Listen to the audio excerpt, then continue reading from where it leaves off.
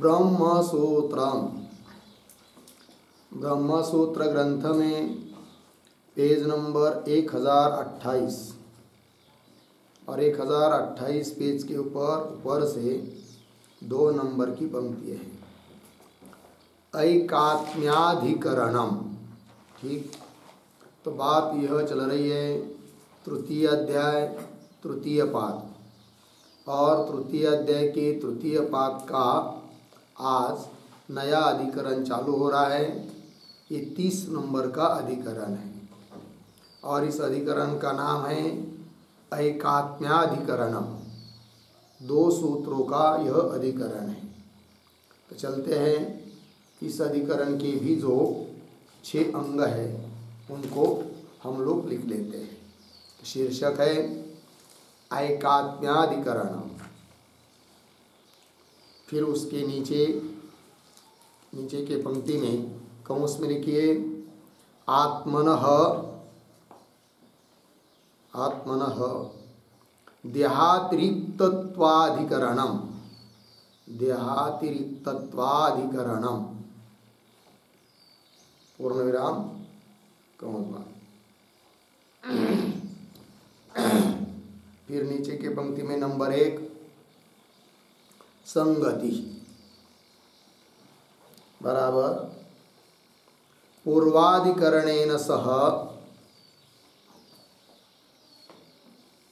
पूर्वाधिकरणेन सह अस्य अधिकरणस्य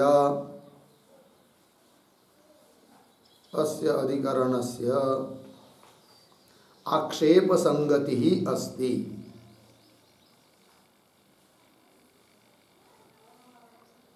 आक्षेप संगति ही अस्ति, पूर्ण विराम। तथा ही पूर्वाधिकरणे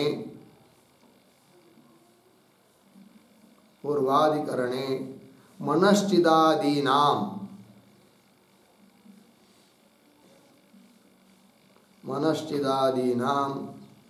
पुरुषार्थत्वम् उक्तम्, पुरुषार्थत्वम् उक्तम्, अर्धविराम। तत् अनुपपन्नम, तत् अनुपपन्नम, अर्धविराम। देहादि व्यतिरिक्तस्य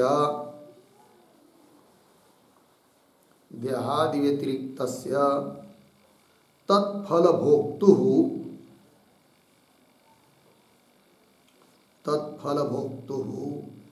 पुरुषस्य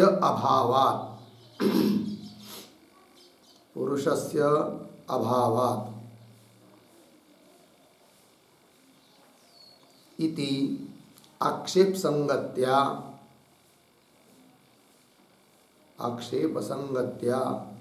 इदम अधिकरणम आरभ्यते, इदम अधिकरणम आरभ्यते। ठीक,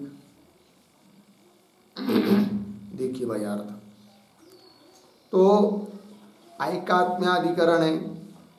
क्या सिद्ध करना इस अधिकरण में? तब एक वाक्य में बता दिया, आत्मनः देहातिरिक्तत्वाधिकरणम। आत्मा देह से अतिरिक्त है, शरीर से भिन्न है, इस बात की सिद्धि इस अधिकरण में होनी है। फिर नीचे संगति बता रहे हैं कि पीछे के अधिकरण के साथ इस अधिकरण की आक्षेप संगति है। वो कैसे? तो उसका स्पष्टीकरण कर रहे हैं तथा ही इत्यादि पंक्ति से। तो पीछे के अधिकरण में मनश्चिदादि जो अग्नियां हैं उनमें पुरुषार्थत्व बताया। वो किसी कर्म आदि के अंग नहीं है, स्वतंत्र पुरुषार्थ स्वरूप है, पुरुष के लिए उपयोगी है, ये बात बताई। किंतु पूर्व पक्षी कहता है वह कहना ठीक नहीं, तत् अनुपपन्ना। क्यों? कि देह से व्यतिरिक्त उस मनश्चिदादि विद्याओं का, मनश्चिदादि अग्नि रूप जो विद्या बताई है उसका फल भोगने वाला कोई पुरुष हो तब तो वो कहना ठीक है कि स्वतंत्र पुरुष के लिए उपयोगी है वो मनश्चिदादि अग्नियाँ, पुरुषार्थ स्वरूप है। किंतु देह से अतिरिक्त कोई पुरुष है ही नहीं है, अतः वो पुरुषार्थ के लिए है, स्वतंत्र विद्या है, मनुष्य आदि अग्नि पीछे के अधिकरण में बताई हुई, वो कहना आपका ठीक नहीं है, ऐसा बोलता है पूर्व पक्ष, आक्षेप हुआ। तो देहादि व्यतिरिक्त तत्फल भोक्तु पुरुषस्य अभाव, उसका फल भोगने वाले पुरुष का अभाव होने से वह कहना ठीक नहीं है, ऐसा आक्षेप किया जा रहा है। अतः आक्षेप संगति से ही इस अधिकरण का आरंभ हो रहा है। तो पूर्व पक्षी कहता है और कोई देह से अतिरिक्त पुरुष है नहीं, है कि नहीं, किंतु सिद्धांति सिद्ध करेंगे कि देह से अतिरिक्त ही आत्मारूप पुरुष है। इस बात को कौन बोलता है? नंबर 2 विषय बराबर देहादि अतिरिक्त आत्मसत्ता, देहादि अतिरिक्त आत्मसत्ता अस्य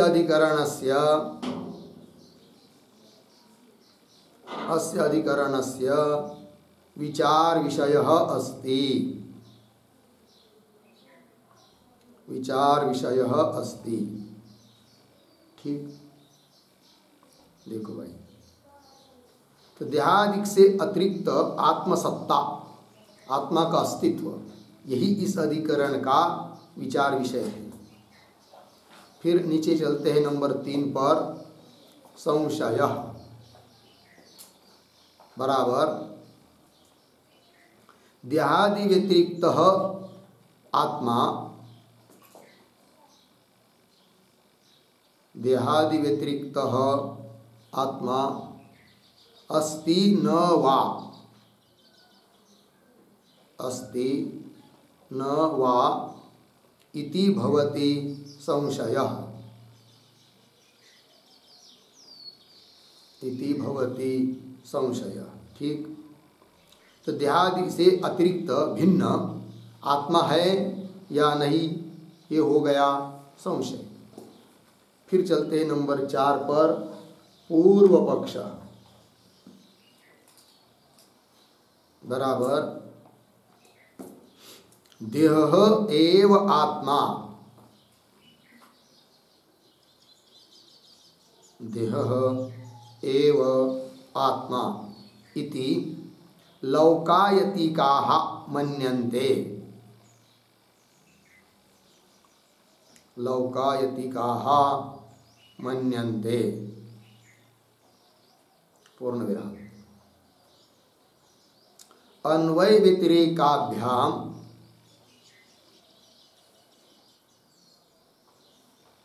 अन्वय व्यतिरेकाभ्याम चैतन्यस्य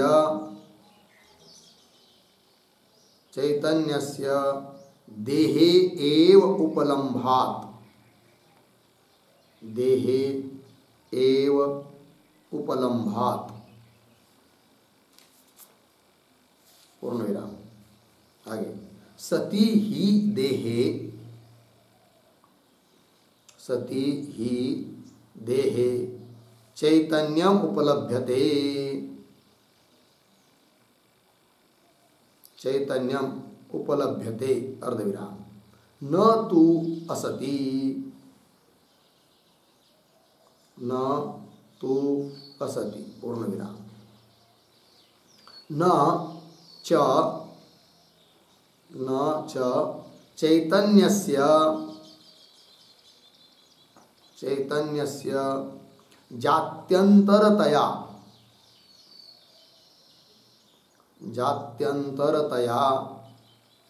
देह व्यतिरिक्तः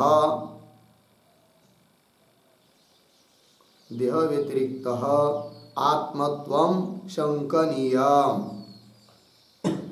आत्मत्वं शंकनीयम्, पूर्ण विराम। क्रमुक नागवल्ली चूर्णानाम, क्रमुक नागवल्ली चूर्णानाम संयोगात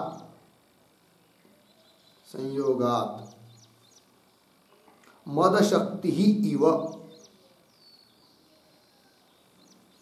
मदशक्ति इव देहाकार परिणतेभ्यः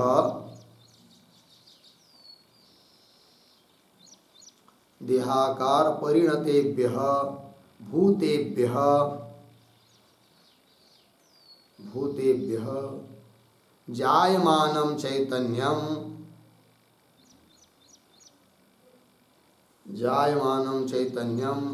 कथं नाम जात्यंतरं स्यात्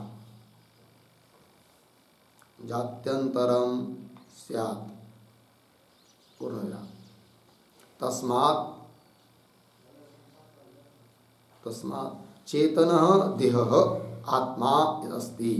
चेतनः देहः आत्मा अस्ति इति पूर्व पक्ष। ठीक, इति पूर्व पक्ष। देखिए भाई अर्थ, तो पूर्व पक्षी कह रहा है कि देह एव आत्मा, देह ही आत्मा है। लेकिन कौन कहते पूर्व पक्षी के रूप में? तो लौकायतिकाः मन्यन्ते। लौकायतिक मतलब होता है चारवाक लोग। चारवाक लोग कहते कि देह ही आत्मा है। बोलेंगे क्यों? तो उसके लिए वो अन्वय व्यतिरेक बताते हैं। क्या? कि अन्वय व्यतिरेकाभ्याम चैतन्यस्य देहे एव उपलम्भात्। अन्वय व्यतिरेक के द्वारा विचार करते हैं तो चैतन्य, चेतनता, ज्ञान देह में ही उपलब्ध होता है। वो अन्वय व्यतिरेक कैसा है वो भी दे रहे हैं। सति ही देहे, देहे सति ही, देह रहने पर चैतन्यम उपलभ्यते। और ये हो गया अन्वय, तत्सत्वे तत्सत्वम अन्वय। और न तो असति, ये व्यतिरेक हुआ, मतलब देहे असति चैतन्यम न उपलभ्यते। देह है चैतन्य उपलब्ध होता है, अन्वय। देह नहीं है तो चैतन्य उपलब्ध होता नहीं है, ये व्यतिरेक। तो अन्वय व्यतिरेक के द्वारा यह निश्चय किया जाता है कि देह ही चैतन्य है, देह ही आत्मा है, देह ही ज्ञान है, देह से भिन्न कोई आत्मा नहीं। ऐसा चारवाक कहते हैं। आगे, न च चैतन्य से जात्यंतरतया देह व्यतिरिक्तत्वम आत्मत्वम शंकनीयम। वो बोलते हैं चारवाक, ऐसी शंका मत करो। कैसी?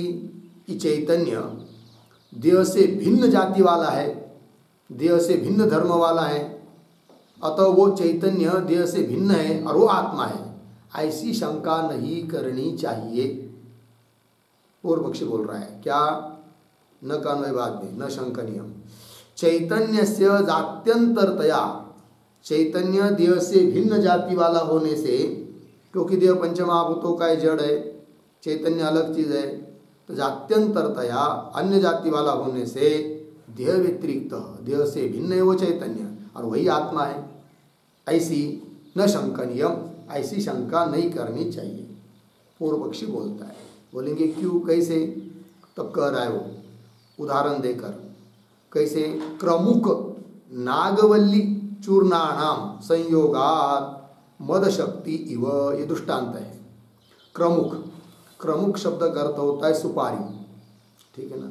तो जो लोग पान खाते हैं ना, तो पान नागवल्ली, नागिनी का पान बोलते हैं ना हम लोग, तो पान में सुपारी लेते हैं और चूना लेते हैं, कत्था और कुछ चीज़ जो भी लेना है लेते हैं वो सब, और वो खाने के बाद उन सबका जब संयोग होता है तब उसमें एक मद शक्ति निर्माण होती है, या थोड़े में समझना हो तो लालपना आ जाता है। और अलग अलग एक एक चीज़ में देखेंगे तो लालिमा उसमें है ही नहीं, न चूना में है न पान में है, क्यों सब मिल जाते हैं तो लालिमा आ जाती है। क्यों? मद शक्ति का उदाहरण लेना हो तो जैसे शराब बनाने वाले लोग अन्य अन्य चीज़ों से शराब बनाते हैं, जिन चीज़ों से बनाते हैं गुड़ आदि, उनमें तो मादक शक्ति तो दिखाई देती नहीं है, किंतु जब वो दो चार पदार्थ जितनी भी हो जब मिल जाते हैं तब उसमें एक मद शक्ति उत्पन्न होती है। उसी प्रकार पंचमहाभूतों में अलग अलग देखेंगे तो कोई चैतन्य उपलब्ध नहीं होता है, किंतु पंचमहाभूतों का मिलनीकरण हो जाता है देह के रूप में, तो उस देह में चैतन्य की प्रतीति होती है। अतः देह से उत्पन्न हो रहा है चैतन्य धर्म, वह चैतन्य देह से भिन्न जाति वाला कैसा हो पाएगा, अर्थात नहीं होगा, ये कहना है उनका। पंक्ति देखिए, क्रमुक नागवल्ली चूर्णानाम संयोगात मद शक्ति व, जैसे उनके संयोग से मद शक्ति उत्पन्न होती है उस प्रकार देहाकार परिणतेभ्य भूतेभ्य, देह के आकार के रूप में परिणाम को प्राप्त हुए जो पंचमहाभूत है उन भूतों से उत्पन्न होता है चैतन्य। जायमानम चैतन्य, उत्पन्न होने वाला चैतन्य कथम नाम जात्यंतरम स्यात्, वो देह से भिन्न जाति वाला कैसा होगा जो कि देह से उत्पन्न हुआ है, अर्थात देह से भिन्न कोई वो चैतन्य भिन्न जाति वाला है, वो आत्मा है, ऐसी शंका नहीं करनी चाहिए।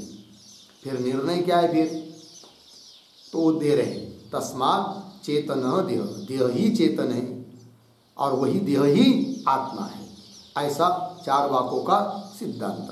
तो देह से भिन्न कोई आत्मा नाम की वस्तु मानते नहीं है चार वाक लोग, वही दिया चेतन देह आत्मा अस्ति इति पूर्व पक्ष। ठीक है, चलते फिर आगे नंबर 5 सिद्धांत बराबर आत्मा देहादि व्यतिरिक्त भवति, आत्मा देहादि व्यतिरिक्त भवति, पूर्ण विराम। पृथ्व्यादीनां भूतानां, पृथ्व्यादीनां भूतानां उपलब्धि, उपलब्धि कौंस में लिखिए प्रतीति अर्धविराम ज्ञानम कौंस बंद। ठीक है, आगे भूतेभ्य व्यतिरिक्ता भवितुम अर्हति, भूतेभ्य व्यतिरिक्ता भवितुम अर्हति, विषयित्वात्, विषयित्वात् पूर्ण विराम। आगे यद यद विषयी, यद यद विषयी तद तद विषयात् व्यतिरिक्तम, तद तद विषयात् व्यतिरिक्तम पूर्ण विराम। यथा रूपात् चक्षुः, यथा रूपात् चक्षुः पूर्ण विराम। तथा सति, तथा सति तादृश्चैतन्यम,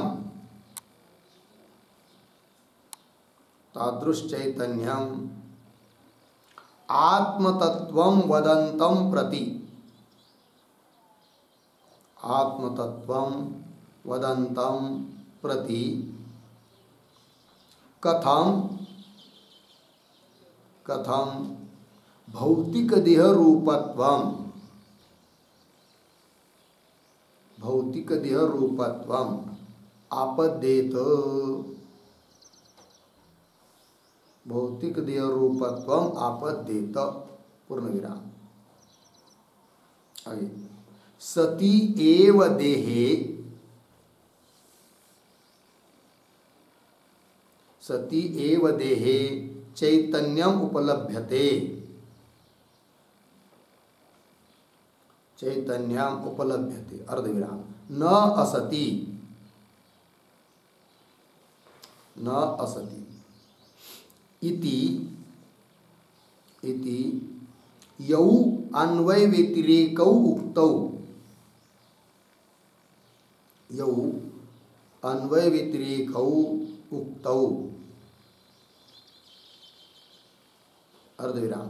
तत्र व्यतिरेकः असिद्धः, तत्र व्यतिरेकः असिद्धः अर्धविराम। असति अपि देहे, असत्यपि देहे परलोकगामिनः चिदात्मनः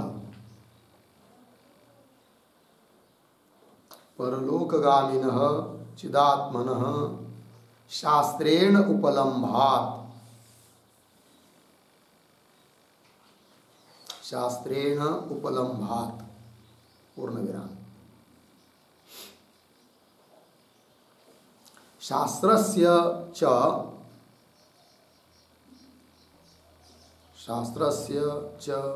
प्रामाण्यं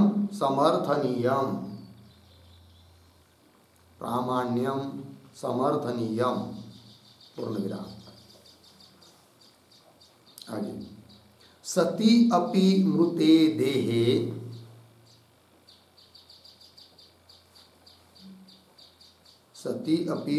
देहे चैतन्य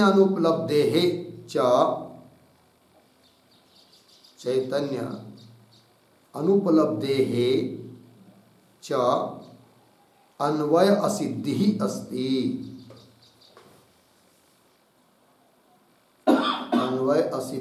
अस्ति पूर्णविराम एवं देहः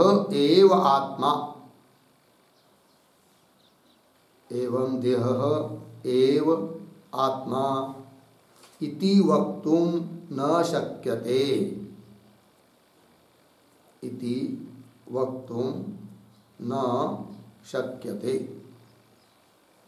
ठीक है। देखो भाई अर्थ सिद्धांती कह रहे हैं कि आत्मा देहादि व्यतिरिक्त भवति, आत्मा देहादिकों से अतिरिक्त है, देह आत्मा नहीं है। ठीक है, कैसे क्या वो सब एक एक बात बता रहे हैं। तो पृथ्व्यादीनाम भूतानाम उपलब्धि अनुमान दे रहे हैं क्या, तो पक्ष साध्य हेतु ये सब देखिए। तो पृथ्व्यादीनाम भूतानाम उपलब्धि ये पक्ष हुआ, पृथ्वी इत्यादि भूतों की जो उपलब्धि मतलब प्रतीति अर्थात ज्ञान, वो पक्ष हुआ। वो ज्ञान वो उपलब्धि कैसी है भाई, तो भूतेभ्य व्यतिरिक्ता भवितुम अर्हति, भूतों से व्यतिरिक्त होना उचित है। कारण हेतु है विषयित्वात्, विषयी है वो प्रतीति जो है उपलब्धि वो विषयी है। दो बात होती है, एक विषय और एक विषयी। जैसे घट और घट का ज्ञान, तो घट है विषय और घट का ज्ञान हुआ विषयी, विषय अस्य अस्ति विषयी। तो घट विषय जिसका है ऐसा जो ज्ञान उसको कहते हैं विषयी, और विषय से भिन्न होता है विषयी। ठीक है, तो भूतादिकों की जो उपलब्धि है, पृथ्व्यादि नाम भूतानाम उपलब्धि, पृथ्व्यादि भूतों की उपलब्धि मतलब ज्ञान। ये पृथ्वी है, जल है, ये देह है, देह भी लेंगे उसमें घट पट सब आएंगे। तो वो ज्ञान उनका सबका ज्ञान उनसे भिन्न है। भूतेभ्य व्यतिरिक्ता भवितुम अर्हति, क्यों विषयित्वात्, विषयी होने से। व्याप्ति दे रहे आगे, यद यद विषयी तद तद विषयात् व्यतिरिक्तम, जो जो विषयी होता है वह विषय से भिन्न होता है। उदाहरण दिया उसके लिए, यथा रूपात् चक्षु, रूप और चक्षु ये दो चीज़ें, उसमें रूप विषय है और चक्षु उस रूप को ग्रहण करने वाला है, अतः विषय हुआ। तो जैसे रूप विषय से चक्षुरूप विषयी भिन्न है, उसी प्रकार देह, पृथ्वी, घट पट इत्यादि जो भी विषय है उनसे भिन्न है उनका ज्ञान, क्योंकि वह ज्ञान वह उपलब्धि विषयी है।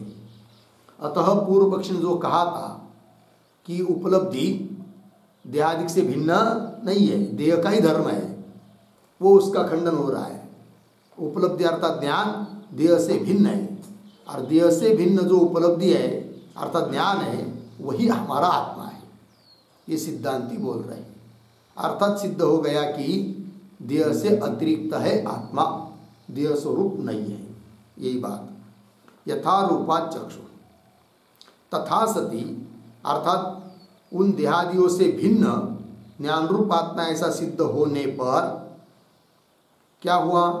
तथा सति तादृश चैतन्यम आत्मतत्वम वदंतम प्रति, उस प्रकार का वो चैतन्य ही आत्मा है ऐसे बोलने वाले के प्रति कथम भौतिक देह रूपत्वम आपद्येत, आत्मा भौतिक देह स्वरूप है यह प्राप्ति कैसी होगी?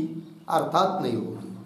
तात्पर्य भूतों का कार्य जो देह, वो देह स्वरूप नहीं, आत्मा उन देह से भिन्न है। क्योंकि उस उपलब्धि, उस ज्ञान को ही जो लोग आत्मा कहते हैं, और वह ज्ञान तो देह स्वरूप हो नहीं सकता, क्योंकि देह तो विषय है और ज्ञान विषयी है, और विषयी विषय से भिन्न होता है। अतः आत्मा देह रूप नहीं है, देह से भिन्न है। वदंतम प्रति कथम भौतिक देह रूपत्वम आपद्येत, भौतिक देह रूपता की प्राप्ति कैसी होगी? अर्थात नहीं होगी। और जो अन्वय व्यतिरेक बताए थे पूर्व पक्षी ने, उसका भी खंडन कर रहे। अब क्या अन्वय बताया था उसने कि देह है तो चैतन्य उपलब्ध होता है, यह अन्वय, उसका निराकरण कर रहे हैं। क्या कह रहे? देखिए, सति एव देहे चैतन्यम उपलब्धते न असति, यह अन्वय व्यतिरेक बताया उसने।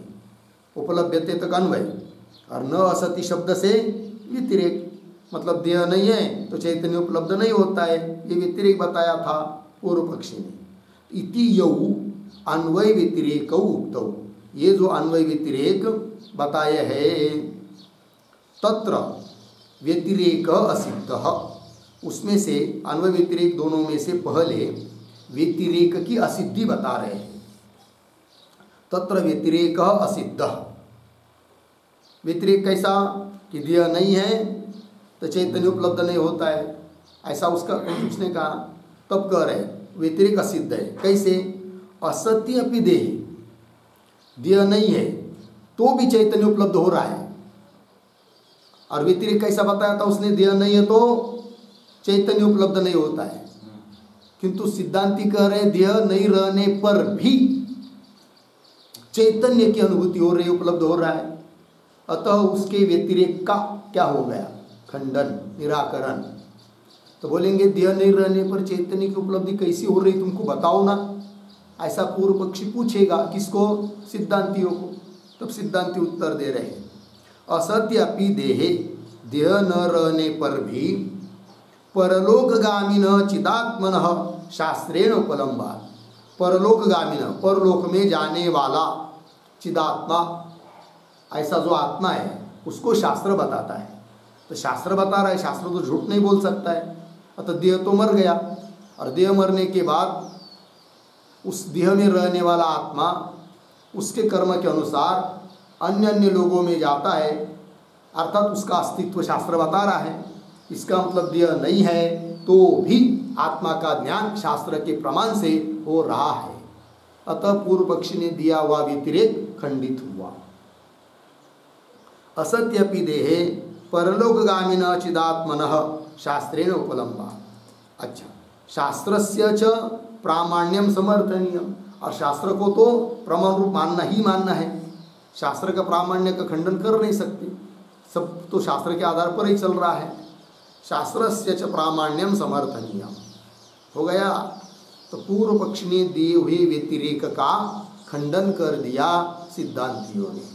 अब अन्वय का भी खंडन कर रहे हैं। अन्वय क्या था?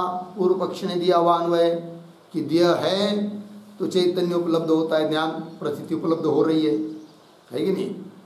मैं हूँ ऐसा ज्ञान हो रहा है। कब? देह रहने पर।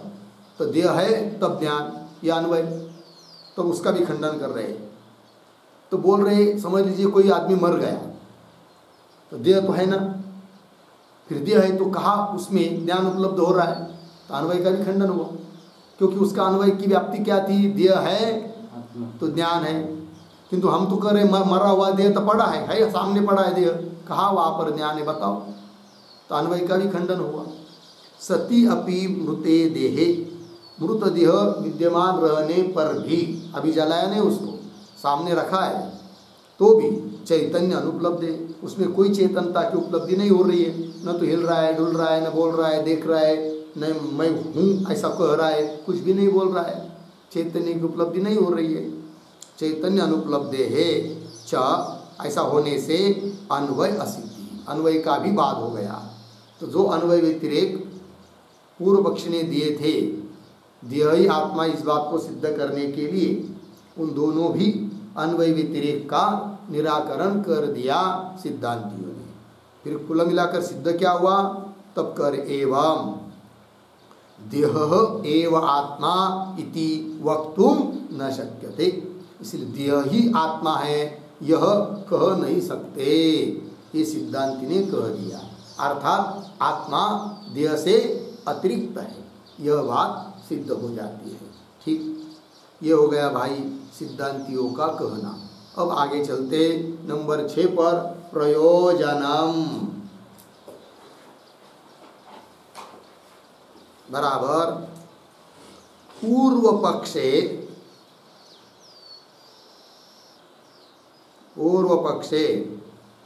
स्वर्ग अपवर्गादि अधिकारिणः, स्वर्ग अपवर्गादि अधिकारिणः देहादि व्यतिरिक्तस्य आत्मनः, देहादि व्यतिरिक्तस्य आत्मनः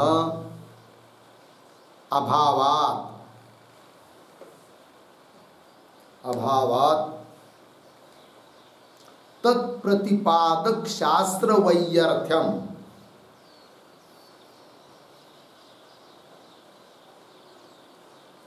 तत्प्रतिपादक शास्त्र वैयर्थ्यम फलम भवति, फलम भवति। पूर्ण विराम। सिद्धांते सिद्धांते तादृक् आत्मसत्वात्, तादृक् आत्मसत्वात् तत्सार्थक्यम फलम भवति, तत्सार्थक्यम फलम भवति।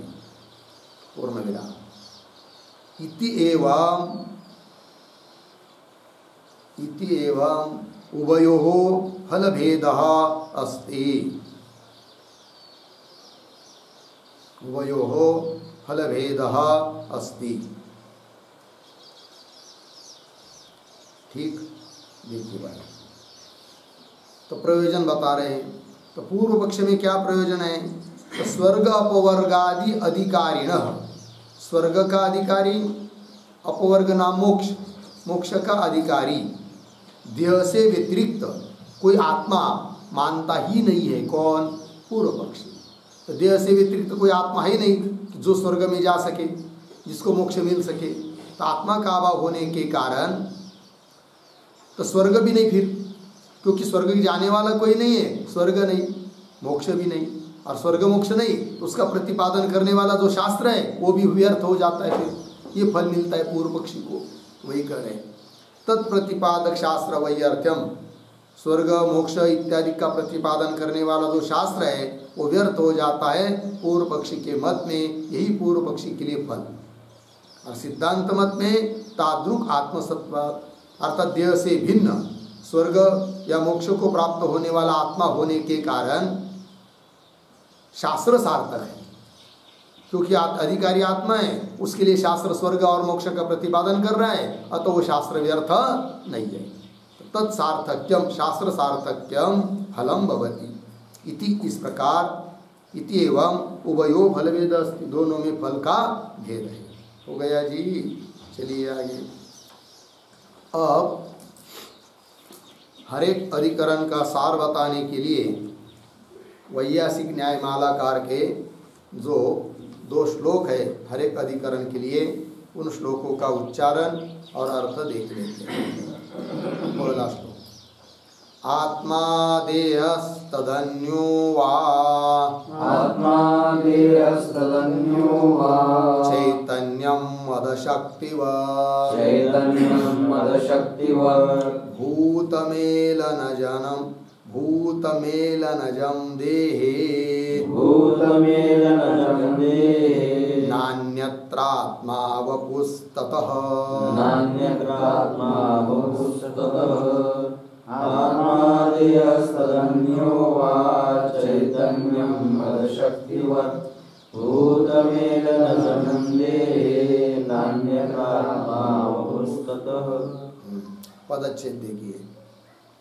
आत्मा देह तदन्यः वा चैतन्यम मदशक्तिवत् भूतमेलनजं देहे न अन्यत्र आत्मा वपुः ततः, एक तो छपने का रह गया है, ततः ऐसा शब्द चाहिए अंतिम में। अब अन्वय देखिए भाई, शुरू से। आत्मा देह तदन्यः वा,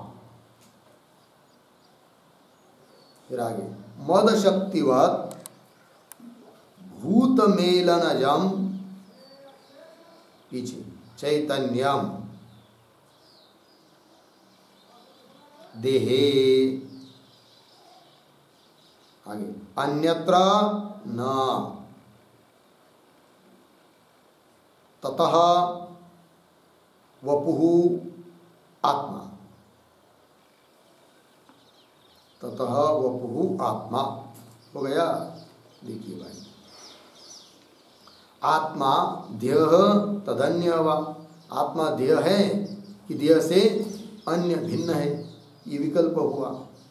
तब पूर्व पक्षी बोल रहा है मद शक्तिवत्, ये दृष्टांत है, भूतमेलनजं चैतन्यम, ठीक है, देहे। तो मद शक्ति की तरह, जैसे शराब वगैरह जिस पदार्थों से बनाते उसमें मद, मादक शक्ति न होने पर भी जब एकत्र वो सब पदार्थ मिल जाते हैं तो उसमें एक अलग से मादक शक्ति उत्पन्न होती है। ठीक उस प्रकार क्या कि एक एक भूत में भले चैतन्य प्रतीत न हो, किंतु जब पंच महाभूत देह के रूप में परिणाम को प्राप्त होते हैं उसमें एक अलग चैतन्य नाम की शक्ति आ जाती है। अतः वह चैतन्य अर्थात ज्ञान उपलब्धि देह का ही धर्म है, देह से भिन्न नहीं है, अतः देह ही आत्मा है, ऐसा पूर्व पक्षी का कहना। पंक्ति को देखिए, मद शक्तिवत् भूतमेलनजं, पंचमहाभूतों का मेलन से उत्पन्न, मिश्रीकरण से उत्पन्न जब चैतन्यम, कहा है वो, देहे, देह में ही है, अन्यत्र न अन्य जगह नहीं है। इसलिए ततः तस्मात् कारणात् वपुः आत्मा, वपु शरीर, ये शरीर ही आत्मा है, ऐसा कहना है चारवाकों का। तो उनका कहना हो गया इस श्लोक में। अब उसका खंडन कर रहे नीचे के श्लोक से। भूतोपलब्धिर्भूतेभ्यो भूतोपलब्धिर्भूतेभ्यो विभिन्ना विषयित्वतः सैवात्मा भौतिकाद्देहात् अन्योऽसौ परलोकभाक् भूतोपलब्धिर्भूतेभ्यो विभिन्ना विषयित्वतः सैवात्मा भौतिकाद्देहात् अन्योऽसौ परलोकभाक्। भूतोपलब्धि भूतेभ्यः विभिन्ना विषयित्वतः सा एव आत्मा भौतिक देहात् अन्यः असौ परलोकभाक्।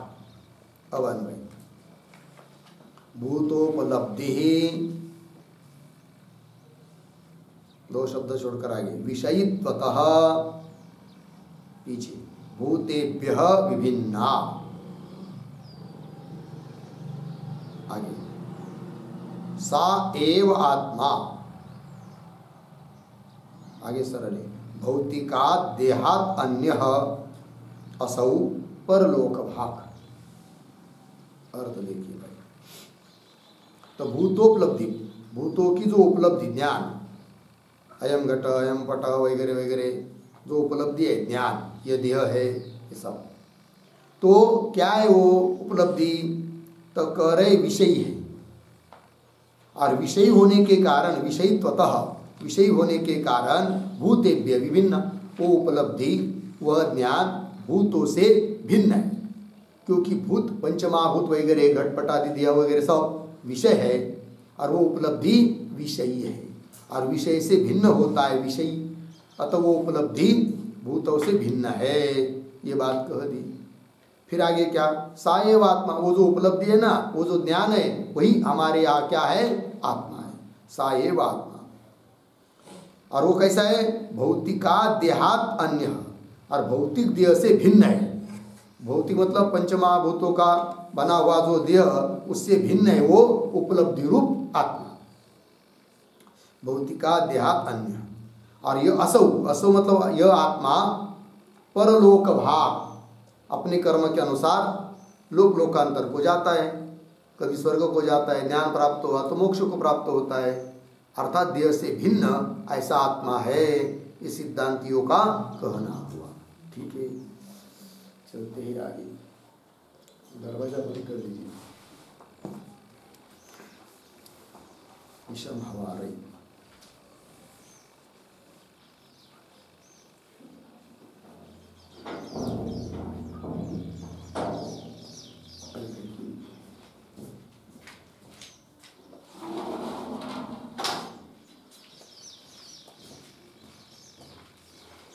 चलो भाई, अब भाष्य में जाते हैं। यह देह व्यतिरिक्तस्य आत्मनः सद्भावः समर्थ्यते बंध मोक्षाधिकार सिद्धये। ठीक है, तो शब्दों का थोड़ा अन्वय। इह, फिर अंतिम में बंध मोक्षाधिकार सिद्धये, देह व्यतिरिक्तस्य आत्मनः सद्भावः समर्थ्यते। ठीक, और ये जो पंक्ति है ना, यह इत्यादि, उसके ऊपर लिखिए विचार विषय।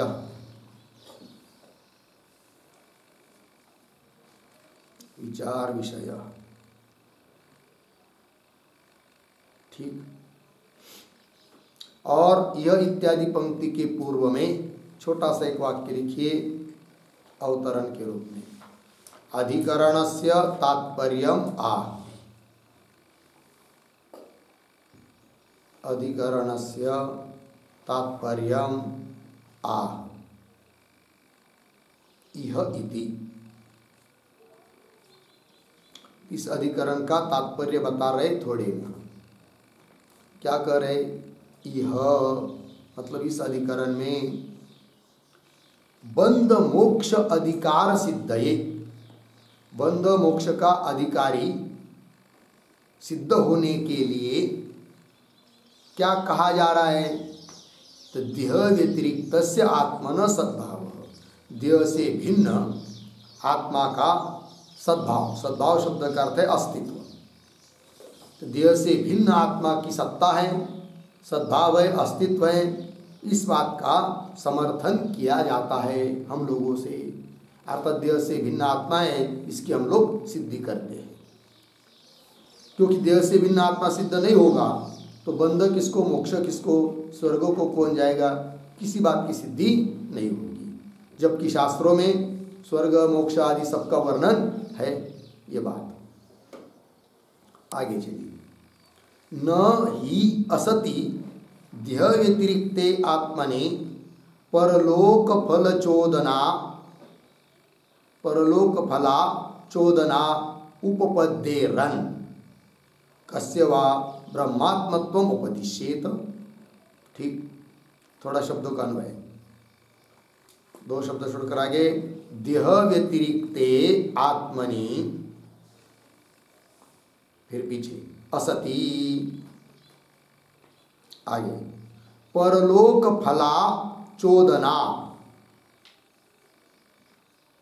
वाक्य के आरंभ में न, आगे उपपद्येरन, आगे सरल है। और ये जो वाक्य चालू हुआ न ही इत्यादि, उसके भी पूर्व में एक वाक्य लिखिए अवतरण के रूप में। असमर्थने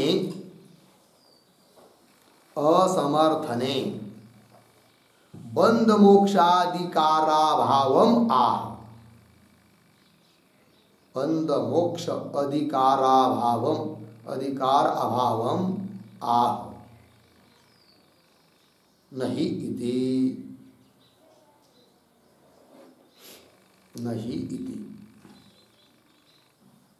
ठीक है, अर्थ को देखिए भाई।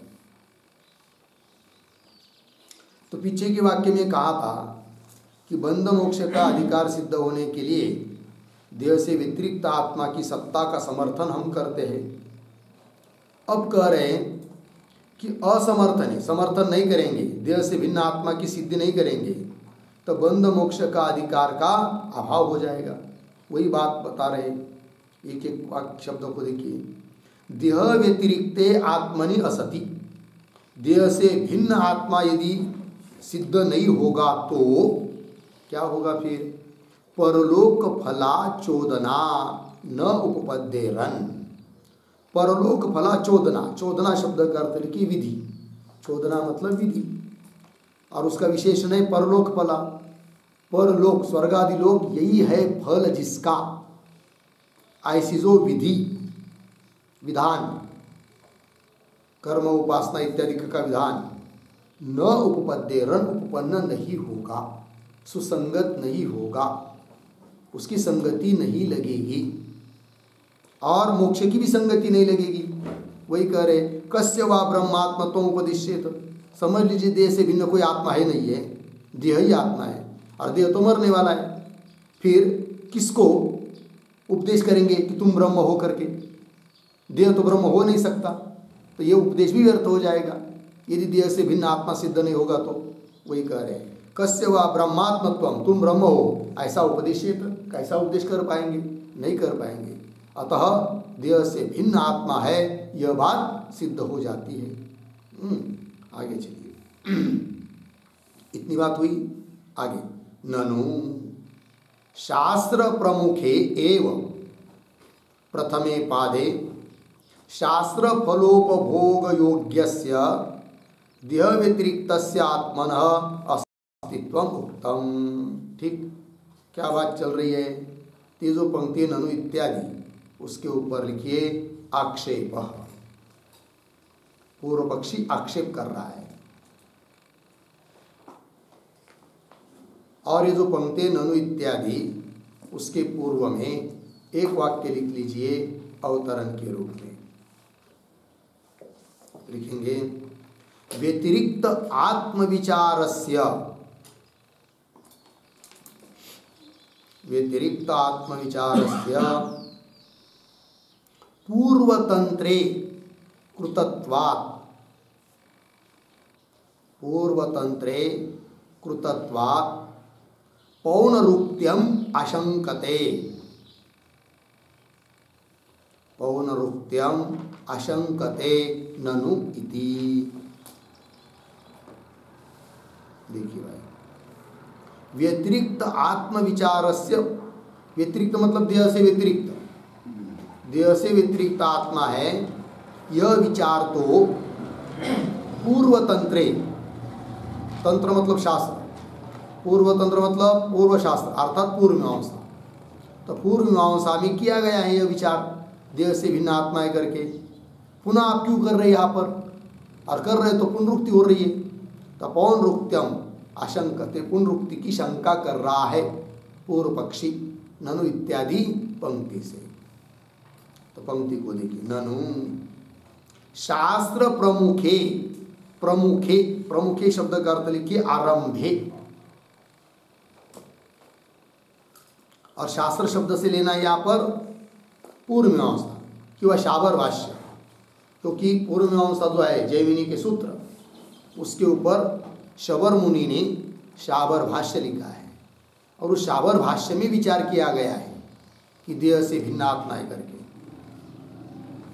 तो ननु शास्त्र प्रमुखे मतलब शाबर भाष्य के आरंभ में ही प्रथमे पादे, पहले अध्याय के पहले पाद में ही क्या शास्त्र फलोपभोग योग्यस्य विशेषण है। किसका? आगे का देह व्यतिरिक्त आत्मना का। कैसा आत्मा? शास्त्र के द्वारा बताया हुआ जो उन विधियों का फल, उन फल का उपभोग करने के लिए योग्य ऐसा जो देह से व्यतिरिक्त आत्मा है, उस आत्मा के अस्तित्व का विचार उस शास्त्र के शाबर भाष्य में आरंभ में ही किया है। तो यदि किया है तो पुनः आप क्यों विचार कर रहे हो? और यदि कर रहे हो तो पुनरुक्ति दोष आपके मत में आएगा, ऐसा पूर्व पक्षी का आक्षेप। तो देह व्यतिरिक्त से आत्मन अस्तित्व उक्तम। लग गए इतनी बात? आगे चलिए, उत्तर दे रहे सत्यम उक्तम भाष्यकृता न तो तत्र आत्मास्तित्वे सूत्रम अस्ति, यह तो स्वयमेव सूत्रकृता तद अस्तित्वम आक्षेप पुरस्सरम प्रतिष्ठापितम। ठीक, ये जो पंक्ति चालू हुई है सत्यम उक्तम, उसके ऊपर लिखिए समाधानम।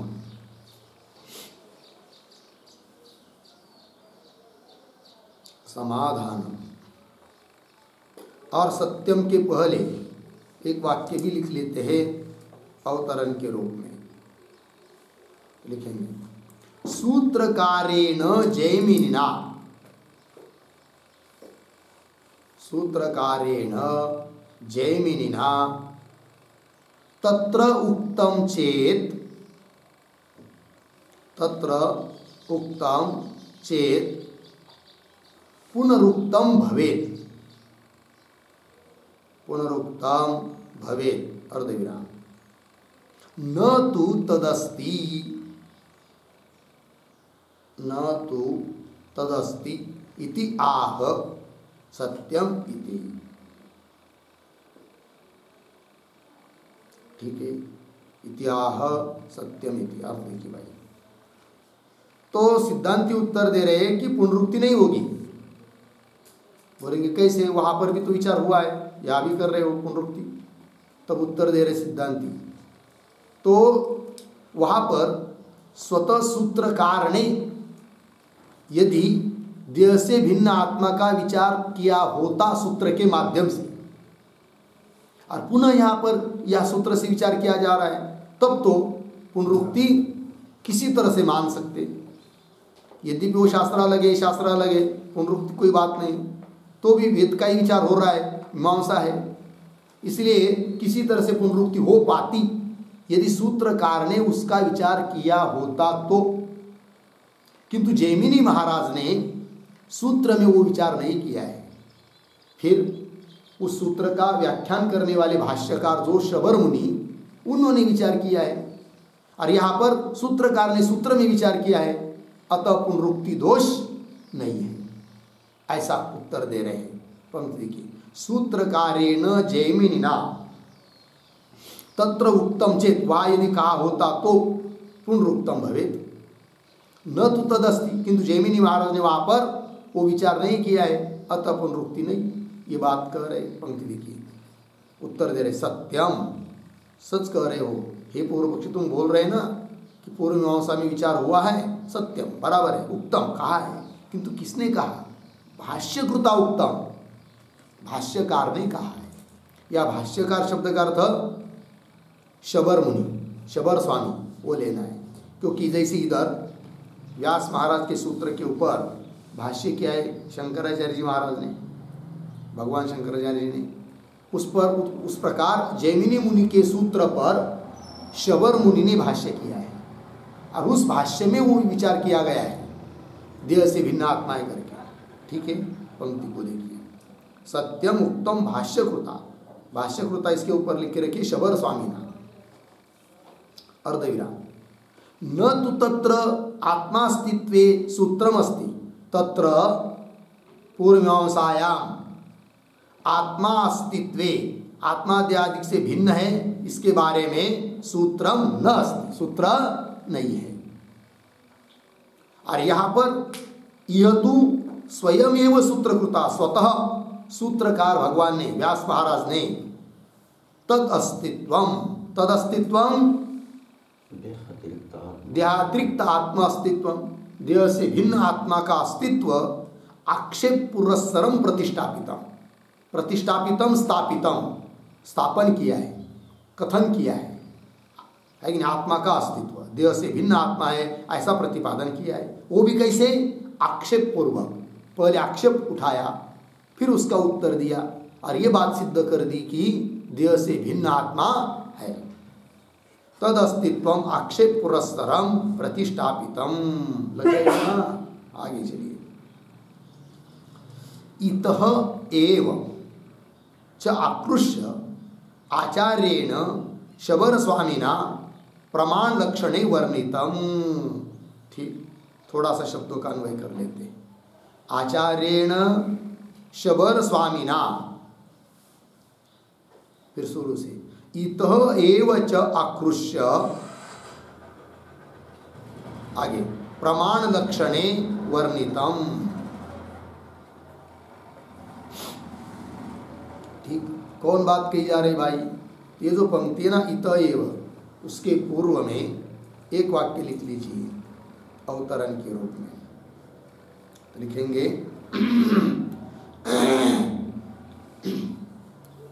कथम तर्री, कथम तर्री प्रथमे पादे, प्रथमे पादे शबर स्वामिना, शबर स्वामिना आत्मास्तित्वं दर्शितम,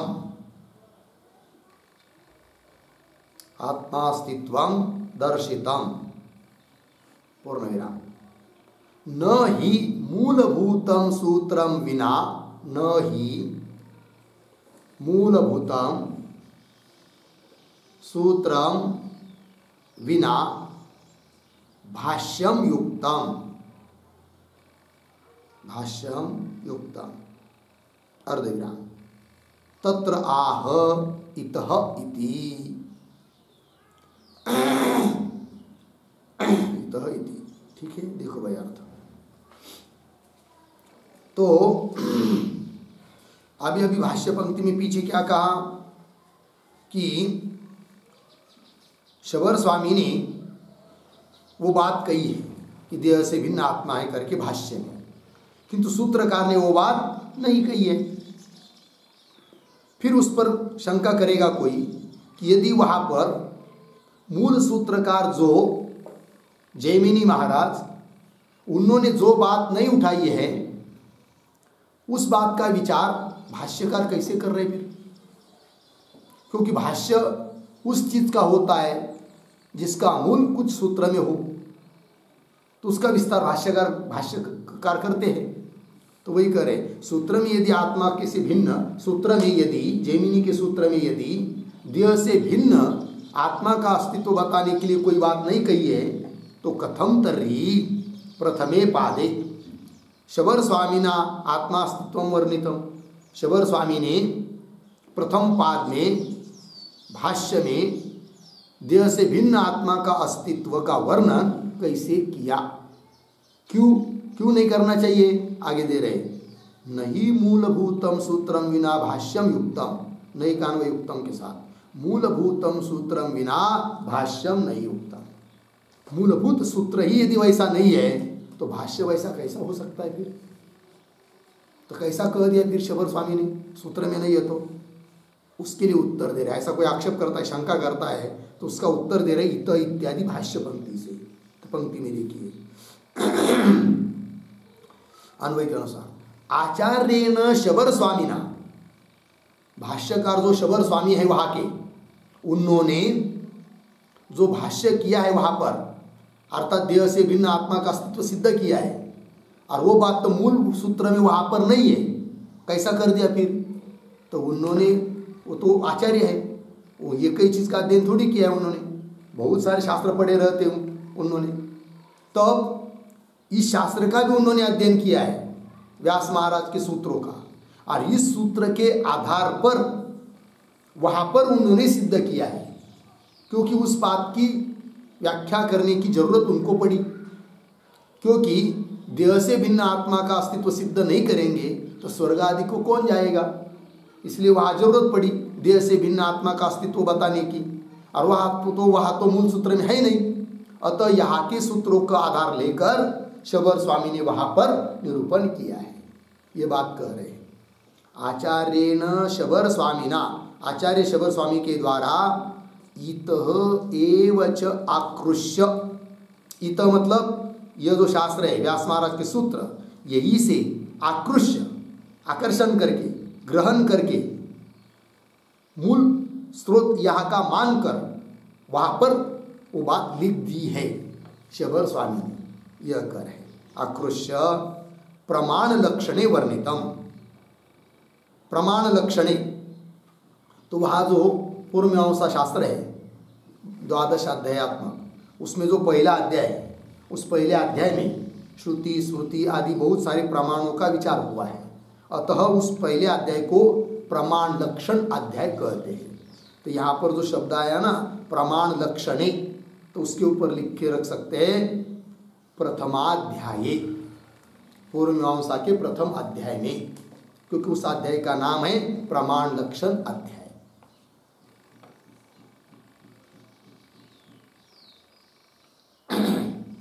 देखिए भाई, तो आचार्येण शबर स्वामिना इत एव च आकृष्य प्रमाण लक्षणे वर्णिता, क्या वर्णन किया है, देह से भिन्न आत्मा है, इस बात का वर्णन किया है। ठीक, आगे चलिए। अतः एव च भगवता उपवर्षेण प्रथमे तंत्रे आत्मास्तित्व अभिधान प्रसक्तौ शारीरके वक्ष्यामः इति उद्धारः कृतः। ठीक, उद्धार शब्द का अर्थ लिख के रखिए, उसके ऊपर उपरमः, उपरमः, रुक गए। अब क्या बात है भाई, कौन बात बताई जा रही है। ये जो पंक्ति है ना अतएव इत्यादि, उसके पूर्व में एक वाक्य लिख लेते हैं अवतरण के रूप में, लिखेंगे इतः एव आकृष्य, इतः एव आकृष्य विचारः कृतः, विचारः कृतः इत्यत्र, इत्यत्र वृत्तिकार वचनम, वृत्तिकार वचनम लिंगम अस्ति, वृत्तिकार वचनम लिंगम अस्ति अर्धविराम इति आह अतः एव, इति आह अतः एव। ठीक है, देखिए भाई अर्थ। तो अभी अभी पीछे की पंक्ति में जो बात कही कि शबर स्वामी ने इत एव आकृष्य, यही से ग्रहण करके इसी यहाँ के सूत्रों को ही मूल मानकर वहाँ वर्णन किया, ये बताया ना, तो उसके लिए प्रमाण क्या है, आधार क्या है, हेतु क्या है, द्योतक सूचक चिन्ह क्या है, ऐसा कोई पूछेगा तो वो दे रहे आगे। तो अवतरण को देखिए पहले, इत एव आकृष्य विचार रखो, तो यही का आकर्षण करके विचार किया है शबर स्वामी ने। इत्यत्र इस बात के लिए वृत्तिकार वचनम लिंगम, वृत्तिकार का वचन लिंग है, द्योतक है, चिन्ह है, सूचक है, इस बात को बोल रहे हैं अतएव इत्यादि पंक्ति से। तो पंक्ति को देखिए फिर, अतः एव च भगवता उपवर्षेण, उपवर्ष नाम के एक आचार्य हो चुके हैं। ठीक है, तो वो वृत्तिकार है, उन्होंने वृत्ति लिखी है। ठीक है, तो वो कौन है वो आचार्य, तो पूर्व मीमांसा और उत्तर मीमांसा दोनों भी सूत्र पर उन्होंने वृत्ति लिखी है। पूर्व मीमांसा के सूत्र पर भी वृत्ति लिखी है, और उत्तर मीमांसा जो वेदांत है व्यास महाराज के सूत्र, उस पर भी उन्होंने वृत्ति लिखी है। किसने, उपवर्ष नाम के आचार्य ने। ठीक है, वृत्ति लिखे मतलब सूत्रों का संक्षेपतः अर्थ लिखा है, ये उसका मतलब है। जब वो मीमांसा सूत्र पर लिख रहे थे तो लिखते लिखते उनको इस बात की जरूरत पड़ी, क्या, पहले भाव बता रहा हूँ फिर शब्द से जाएंगे। तो उनको इस बात की जरूरत पड़ी उपवर्ष आचार्य को कि आत्मा का देह से भिन्न अस्तित्व सिद्ध करना चाहिए, किंतु वहां पर उन्होंने वो सिद्ध नहीं किया और एक वाक्य में कह दिया कि इस बात का विचार हम शारीरिक सूत्र पर जब लिखेंगे तब बता देंगे, है कि नहीं। तो क्योंकि उन्होंने वृत्ति इधर भी लिखी है ना, तो इसका मतलब यह होता है कि शारीरिक सूत्र पर जब वो लिखने लगे तब उन्होंने लिख दिया आत्मा का अस्तित्व देह से भिन्न आत्मा है करके। इसका मतलब यह होता है कि यहाँ का ही ग्रहण करके उन्होंने, और शबर स्वामी ने उधर बताया है, उन्होंने उपवर्ष आचार्य ने तो नहीं बताया उधर देह से भिन्न आत्मा है करके, किंतु शबर स्वामी ने बताया है। और ये कैसा मालूम पड़ा, उपवर्ष आचार्य के कथन से मालूम पड़ा, क्योंकि उन्होंने ऐसा बताया कि हम शारीरिक सूत्र पर जब लिखेंगे तो बताएंगे। इसका मतलब इसी को मूल मानकर शबर स्वामी ने वहाँ पर पूर्व मीमांसा के प्रथम अध्याय में देह से भिन्न आत्मा का अस्तित्व बताया है। ये बात पंक्ति के देखिए, अतः एव च, अतएव इसका अर्थ लिखिए पूर्वतंत्रे सूत्र अभावात् एव, पूर्वतंत्रे सूत्र अभावात् एव, अतएव का अर्थ पूर्वतंत्रे मतलब पूर्व मीमांसा में, सूत्र का मतलब इस प्रकार के सूत्र का भाव, कौन से सूत्र का, देह से भिन्न आत्मा का अस्तित्व बताने वाले सूत्र का अभाव होने से ही, अतएव च भगवता भगवान उपवर्षेण उपवर्ष नाम के आचार्य ने प्रथमे तंत्रे, प्रथमे तंत्रे शब्द का अर्थ होता है पूर्व मीमांसायाम, तंत्र मतलब शास्त्र, प्रथम तंत्र मतलब पूर्व मीमांसा,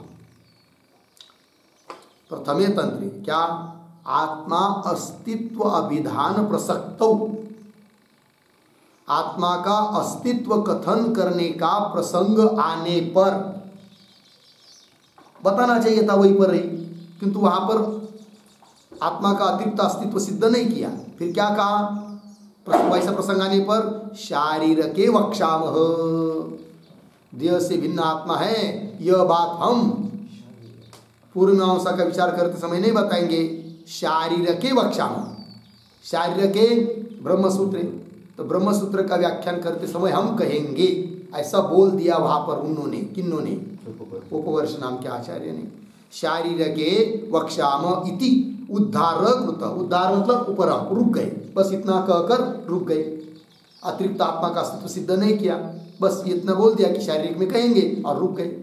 इससे मालूम पड़ता है कि ये जो ब्रह्म सूत्र है इसी के आधार पर रही भाष्यकार ने आत्मा का देह से भिन्न अस्तित्व सिद्ध किया है प्रथम अध्याय में, ये बात हुई। लग गया ना, इति उद्धारक होता। आगे चलिए, इह च इदं चोदना लक्षणेषु उपासनेषु विचार्यमाणेषु आत्मा अस्तित्वं विचार्यते कृत्स्न शास्त्र शेषत्व प्रदर्शनाय। ठीक, चलिए भाई पहले शब्द का थोड़ा अन्वय करेंगे। च पीछे, इह आगे, इदं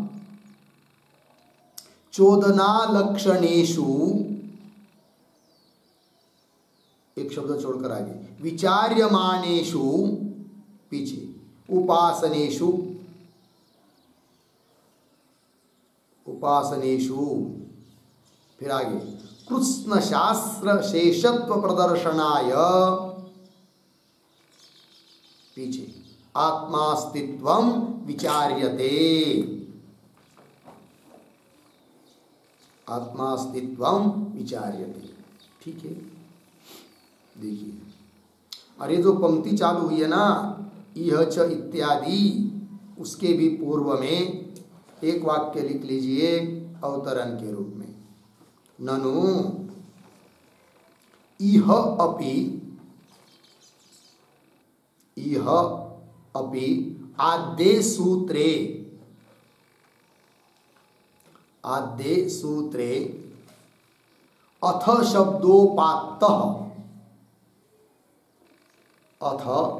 शब्दोपात्तः अधिकारी विचारितः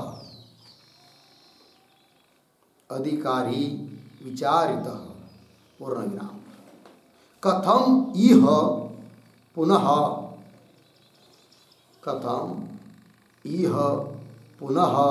तन्निरूपणम्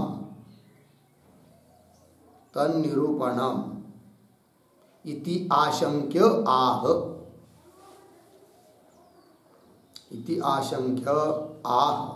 इह च।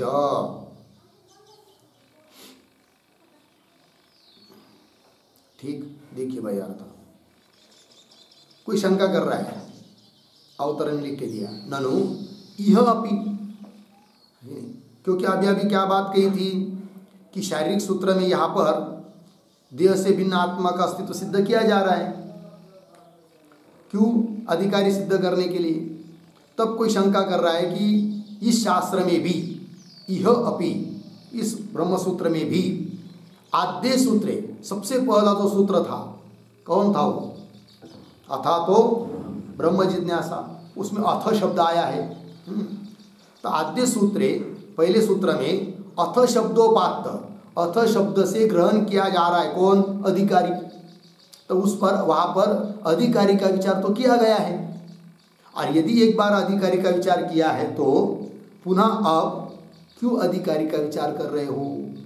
कथम पुनः तन्निरूपणम्, पुनः यहाँ पर उस अधिकारी का निरूपण किस लिए? ऐसी कोई शंका करता है तो उसका उत्तर दे रहे हैं इह इत्यादि पंक्ति से। तो पंक्ति को देखिए, इह मतलब अस्मिन अधिकरणे, भाष्य में जो यह शब्द आया है उसका अर्थ होगा अस्मिन अधिकरणे, इस अधिकरण में। क्या जी? इदम मतलब आत्मास्तित्व, उसके साथ इदम का अन्वय है। देखिए, चोदना लक्षणेषु विचार्यमाणेषु उपासनेषु, चोदना स्वरूप विचार करने योग्य जो उपासना है उनका विचार उपस्थित होने पर क्या? कृष्ण शास्त्र शेषत्व प्रदर्शनाय, संपूर्ण शास्त्रों के लिए अंग रूप है यह विचार। इस बात को द्योतित करने के लिए, प्रदर्शन करने के लिए आत्मास्तित्वं विचार्यते, आत्मा के अस्तित्व का विचार किया जाता है। और यह आत्मा के अस्तित्व का विचार सभी शास्त्रों के लिए अंगभूत है, काम की चीज़ है। क्योंकि यदि देह से भिन्न आत्मा के अस्तित्व सिद्ध नहीं होगा तो चार वाक को छोड़कर कोई भी शास्त्र सुसंगत नहीं हो पाएगा। अतः आत्मा का देह से भिन्न अस्तित्व सिद्ध करना सभी शास्त्रों के लिए आवश्यक है। वही कह रहे, ठीक है। यह इस अधिकरण में यह आत्मा अस्तित्व क्या? चोदना लक्षणेषु विचार्यमानेषु उपासनेषु, चोदना लक्षण अर्थात विधि स्वरूप जो विचार करने योग्य उपासना है उनका विचार उपस्थित होने पर सभी शास्त्र के लिए अंगभूत यह विचार है। इस बात को प्रदर्शित करने के लिए आत्मास्तित्वं विचार्यते, आत्मा के अस्तित्व का विचार किया जा रहा है। ठीक, ये जो पंक्ति पढ़ी हम लोगों ने, इसके आधार पर एक टिप्पणी लिख लेते हैं। लिखेंगे, प्रथम सूत्रे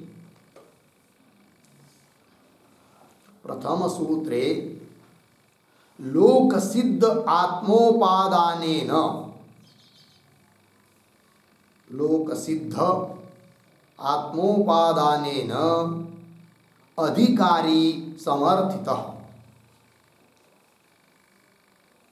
अधिकारी समर्थितः अर्धविराम न तद विशेषः विचारितः न तद विशेषः विचारितः पूर्ण विराम इह तु विधि प्रमाण के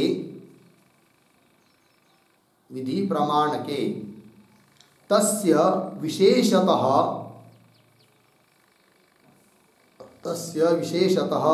अस्तित्वं विचार्यते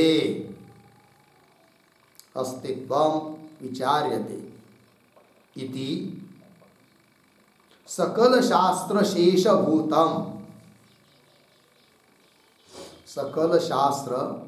शेषभूतम इदम अधिकरणम अस्ति इत्यर्थः। ठीक है, देखिए भाई, तो प्रथम सूत्र में भी यद्यपि अधिकारी का विचार हुआ है किंतु तो सामान्य रूप से विचार है। वही कह रहे हैं कि प्रथम सूत्र में लोक सिद्ध जो आत्मा उसको ही ग्रहण करके अधिकारी का समर्थन किया है, अधिकारी की सिद्धि की है, किंतु न तद विशेषतः विचारित, किंतु विशेषतः वो आत्मा कौन कैसा क्या उसका विशेष रूप से विचार नहीं किया है।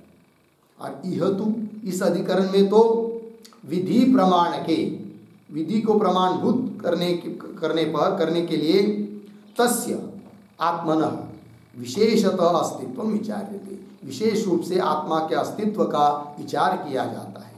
इसलिए सकल शास्त्र के लिए शेषभूत अंगभूत यह अधिकरण है, ऐसा कह दिया। ठीक, चलते हैं आगे भाष्य। अपि च पूर्वस्मिन् अधिकरणे प्रकरणोत्कर्ष अभ्युपगमेन मनश्चिदादीनां पुरुषार्थत्वं वर्णितम्। कः असौ पुरुषः यदर्था एते मनश्चिदादयः इति अस्यां प्रसक्तौ इदं देह व्यतिरिक्तस्य आत्मनः अस्तित्वम् उच्यते। ठीक है, देखिए भाई, तो ये जो पंक्ति है ना, अपि च, उसके पूर्व में एक वाक्य लिख लीजिए छोटा सा अवतरण के रूप में, तथापि पूर्वाधिकरणेन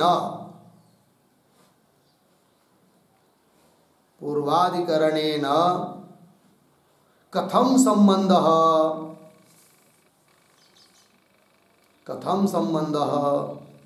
इति आशंक्य आह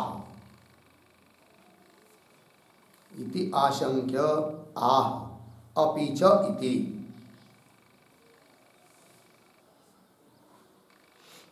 ठीक है, देखो भाई अर्थ।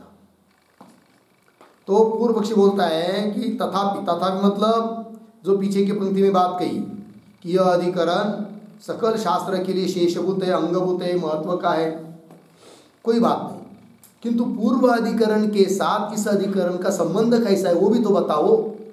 वो बता रहे फिर, तथापि पूर्वाधिकरणेन कथम संबंध, वो कह रहे अपि च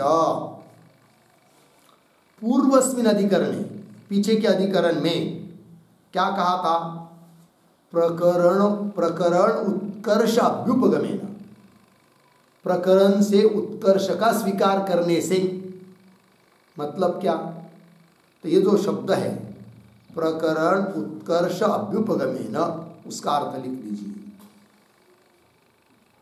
क्रिया प्रकरणात् मनश्चिदादीनां बहिः निस्सारणम अभ्युपगमेन, यह अर्थ है उस शब्द का। ठीक, क्रिया प्रकरणात् मनश्चिदादीनां बहिः निस्सरण अभ्युपगमेन, देखिए भैया अर्थ।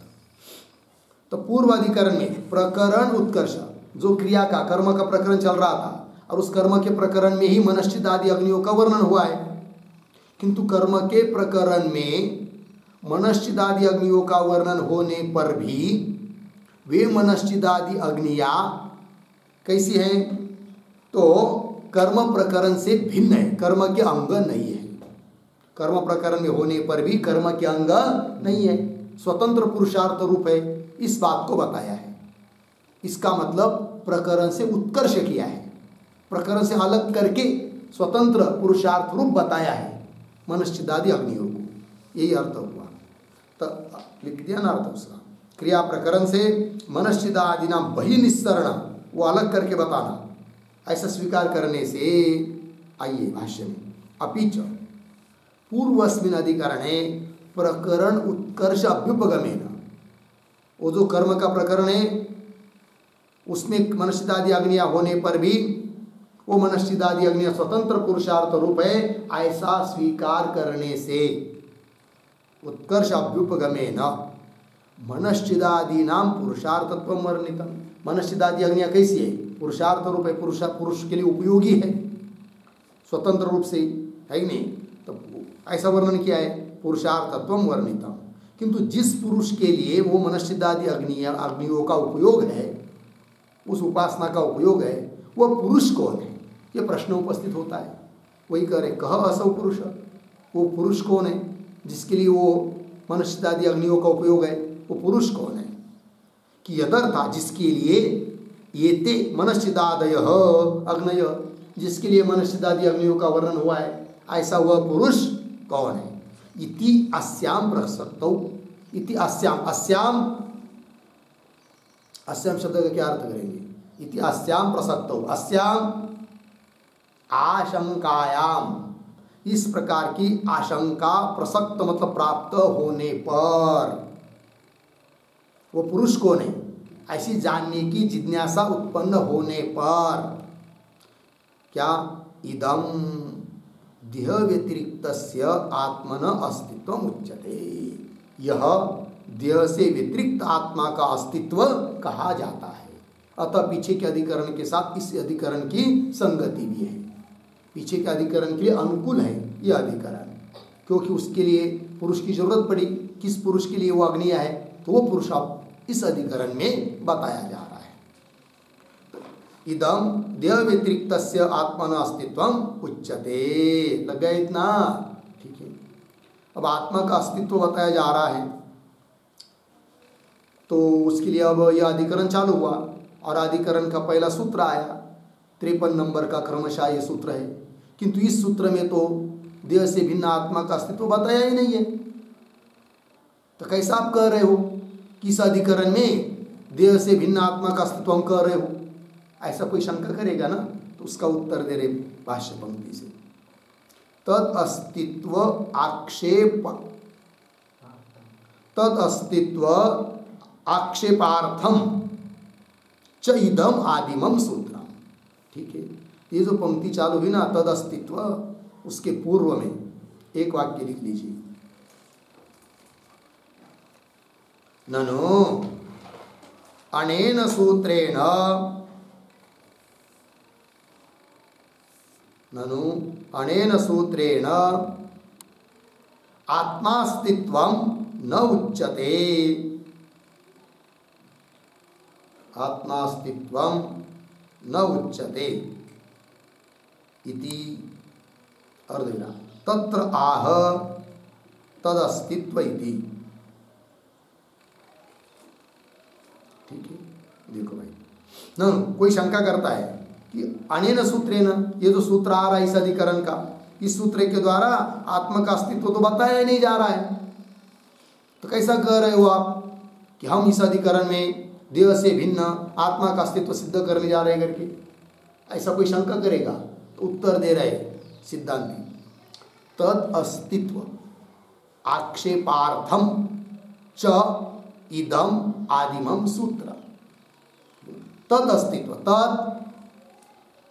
तद शब्द से क्या लेंगे? आत्मा, आत्मा के अस्तित्व का आक्षेप करने के लिए यह पहला सूत्र है। आत्मा का अस्तित्व तब बताएंगे, पहले आक्षेप कर रहे हैं, अर्थात पहला सूत्र पूर्व पक्षी का सूत्र है। वो कहेगा कि देह से भिन्न कोई आत्मा नहीं, देह ही आत्मा है कि नहीं? तो देह से भिन्न आत्मा नहीं है, आक्षेप कर रहा है वो। फिर उसका खंडन करके आगे कहेंगे कि देह से भिन्न आत्मा है। यह सूत्र आक्षेप के लिए है। तद अस्तित्व आक्षेपार्थम च इदम आदिमम सूत्र। तात्पर्य, आक्षेप करके आत्मा के अस्तित्व की सिद्धि कर रहे सिद्धांती। किंतु ऐसा करने की क्या जरूरत है? काय को आक्षेप करना, फिर उसको खंडन करना, फिर उसके बाद देह से भिन्न आत्मा सिद्ध करना, काय को इतना प्रयास करने की जरूरत है? सीधा बताना चाहिए। ऐसा कोई कहेगा तो उत्तर देते नहीं नहीं नहीं नहीं, सीधा बताने से काम नहीं चलता है। सीधा बताएंगे तो बात अंतकरण में अच्छी तरह से बैठती नहीं है। फिर आक्षेप करके बताएंगे ना तो अच्छी तरह से बात बैठती है। वही कह रहे आगे की पंक्ति में, आक्षेप पूर्विका ही परिहारोक्ति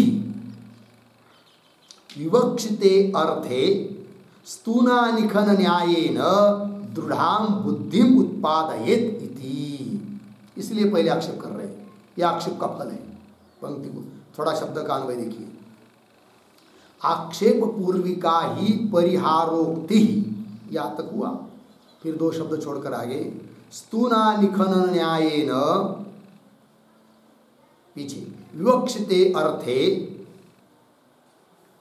दृढ़ां बुद्धिम उत्पादयेत इति हो गया। तो उत्पादयेत क्रियापद है, इसका कर्ता कौन है? इस वाक्य में छिपा हुआ कर्ता है। पंक्ति पुनः पढ़ता हूं अन्वय के अनुसार। आक्षेप पूर्विका ही परिहारोक्ति स्तूनानिखन न्यायेन विवक्षिते अर्थे दृढ़ां बुद्धिम उत्पादयेत इति। तो उत्पादयेत इसका कर्ता कौन है? कर्तृपद कौन है? कर्मपद कौन है? ठीक है। तो आक्षेप पूर्विका ही परिहारोक्ति, परिहारोक्ति ये कर्तृपद है। तो ये परिहारोक्ति उत्पन्न करेगी।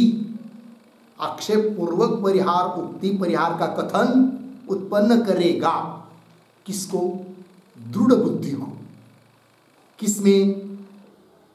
विवक्षिते अर्थ है, जो कहने के लिए विवक्षित अर्थ है कि देह से भिन्न आत्मा है, इस अर्थ में दृढ़ बुद्धि उत्पन्न करेगा।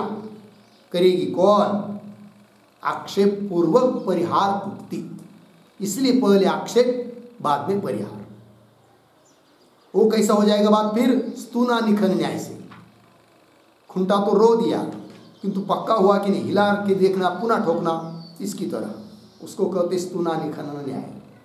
तो पंक्ति देखिए, आक्षेप पूर्विका ही परिहार, परिहार मतलब उत्तर देना, आक्षेप का खंडन करना, वो परिहार उक्ति क्या? स्तूनानिखन न्याय से विवक्षित अर्थ में दृढ़ बुद्धि को उत्पन्न करेगी इति, है कि नहीं? इति मतलब इस प्रकार का आक्षेप की उपयुक्तता है, इसलिए पहले आक्षेप कर रहे, उसके बाद उसका उत्तर दे रहे। ठीक है। तो ये जो अंतिम आया ना इति, उस पर एक शेष वाक्य लिख लीजिए। इति आक्षेपस्य उपयुक्तता इति शेषः। इति आक्षेपस्य उपयुक्तता, उपयुक्तता इति शेषः। यह आक्षेप करने की उपयुक्तता है, लाभ है, बात पक्की हो जाती है। हो गया जी। चलिए आगे। अब आगे जो पंक्ति आ रही है, अत्र एके इत्यादि पंक्ति आ रही ना, उसके ऊपर लिखिए पूर्व पक्ष। पूर्व पक्ष। अब पूर्व पक्षी अपनी बात कहेगा, सूत्र भी आएगा, फिर आगे के सूत्र में उसका खंडन करेंगे। कि इन सभी बातों का विचार हम लोग कल करेंगे।